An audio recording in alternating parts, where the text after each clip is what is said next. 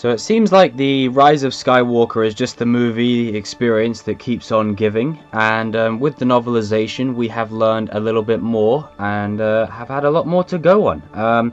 As I'm sure most of you who have read up to this point will know, it's been revealed what Palpatine's plan for Anakin was all along in Revenge of the Sith. Now, let's start by talking about the dyad itself, the dyad between Rey and Ben Solo.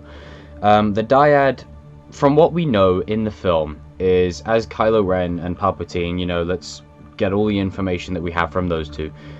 Kylo Ren tells himself to Rey, we're a dyad in the Force, and then when Palpatine finds out that they're a dyad, he says, the lifeblood of you, the life force of your bond, a dyad in the Force, a power like life itself, unseen for generations. And the novel gives this more context by saying that Palpatine himself, along with his master Darth Plagueis, actually attempted to create the prophesized dyad. So a bit like the Chosen One prophecy, the dyad is also another prophecy, and these two were trying to replicate it and force it between them two, and this directly or indirectly inspired the Rule of Two. The Rule of Two was then set in motion to replicate the dyad and hope that, one day it could come along and they could harness the power of the dyad in two that are one. And in Revenge of the Sith, Palpatine's plan was that all along. While he was seducing Anakin, while he was luring him to the dark side, his whole intention was to recreate the dyad. Now, this is huge because if you look at Star Wars through a perspective, like just a simple lens, one of the turning points is Vader's redemption, quote unquote redemption, if you will, of when he saves Luke Skywalker. If Palpatine and Anakin were successful in harnessing the dyad and becoming the dyad, then Palpatine would have sensed Anakin's betrayal long before they even got to the Death Star, and would have, that would have changed events dramatically. The only reason that the novel gives, and that we can somewhat infer, is that due to Anakin being beaten at Mustafar and, sustaining heavy injuries, that was the reasoning for Palpatine no longer pursuing the dyad. There was no use in it, and it would lead to failure because it's an imitation. And still so much is unknown about the dyad of the Force between Rey and Ben Solo. It's something that we're all going to still keep learning about, and most of the characters within the story don't even know all about it. But what I can gather is that because Rey and Kylo Ren's connection was more natural, and the Force connecting them, and it was just a natural progression for those two characters and the Force bringing them together, that's why the dyad worked. But any time that Palpatine attempted to do it, or attempted to do it with Plagueis, or considered to do it with Anakin, it ultimately would have failed, which is why he was so shocked when he had Rey and Ben on their knees, and then he absorbs the life force and he's like, what's this? And then he realizes it's the dyad that was prophesized many years ago, and that the dyad is even more powerful than just talking to the other person through different points in time, because as we know, the dyad transcends time and space, so it will be more than just them two having a conversation, which is why they're able to transfer objects through the Force. And I'd like to learn a little bit more about that, because I think that's really cool. And this whole dyad, if Palpatine and Anakin achieve this, then they would be unstoppable. I genuinely believe no one would touch these two if they were successful. Anakin's potential, Lucas himself said it, the potential of Anakin Skywalker is the best. No one would touch him. No one. But due to, the injuries he sustained, he was only able to really achieve maybe 60 to 70%, I'd say, of what his potential capability was in the Force, and as a lightsaber user. And due to this, it deterred Palpatine from going any further with the dyad.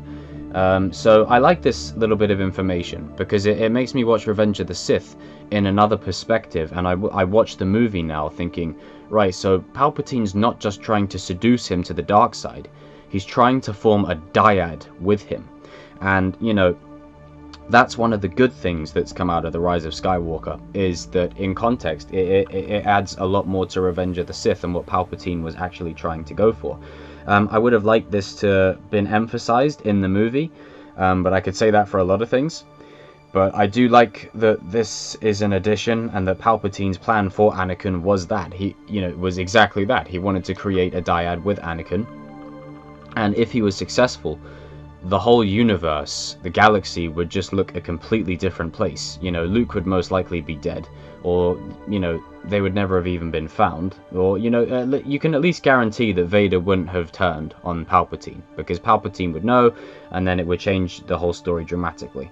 A lot of people, now again, I'm not one of those Reylo people, the romance between Rey and Ben, it is a bit of a 50-50, but one thing that can't be disputed is their connection, you know, what has now been called the dyad. I think it is one of the best points of this trilogy, is just the, you know, the connection between those two characters. Not necessarily a romantic connection, but a connection between two, you know, the light and the dark, which is ultimately what I think they were going for. And, you know, them coming together to fight the true evil, which in this case is Palpatine. But this is cool, you know, to hear that Palpatine and Plagueis were performing rituals to try and find a way to, you know, rebirth the dyad before it even existed. And I love that there's another prophecy in Star Wars. Star Wars is full of so many prophecies, but what I like about the prophecies is they're not specific, if you know what I mean. So the Chosen One prophecy, George Lucas's words, Anakin Skywalker is the Chosen One, and we all know that he's the Chosen One. But you could look at it in another point of view, that Luke also is the Chosen One. Now, arguably, I'm not the greatest fan of that. I like it in a way, but for it adds a lot more weight. So when I watch Rise of Skywalker again, I'll be looking at that scene thinking, you know what, wow, that's what him and Anakin would have been. You know, passing objects to each other through the Force, you know, taking down anyone that stood in their way. And on that, you know, one of the biggest reasons Anakin Skywalker is my favorite character is just, aside from his story, his character arc, everything, prequels, originals, Clone Wars, everything, the whole character, the whole package, it's his potential. Anakin potentially is the strongest ever, but he doesn't reach that potential because of what happens on Mustafar, and it sets a whole load of other events in motion, which makes you wonder, if that duel didn't happen, would the dyad have come to fruition? Makes you wonder. But guys and girls, comment down below, let me know what you think. What do you think of this additional bit of information that we've been given? And, you know, again, this is one of the things that really needed to be in the film, because it's such a key piece of information that, you know, to have it in a book is cool, but, you know, you kind of need it there on screen to be enjoyed up there, to go, oh my god, that's what he was doing all along? Wow. But anyway, comment down below, let me know what you think of this, and what are your thoughts on the dyad overall? What are you looking forward to in the High Republic era? I mean, I think this is the prelude to their movies and shows in future that they're going to do. They're just sort of feeling out the water a little bit and setting up the universe. However, I do like the idea that Palpatine and Plagueis were trying to create the dyad between them. They failed multiple times doing different rituals, and he tried doing it with Anakin and ultimately still failed. And it came full circle, because the one thing that he wanted to do, he then couldn't do it, but used it to rejuvenate himself back to full strength. It was just quite a nice little way of bringing it full circle. But, you know, may the Force be with you, people, and, you know, comment down below how you think the galaxy would look if Anakin and Palpatine formed a dyad in the Force.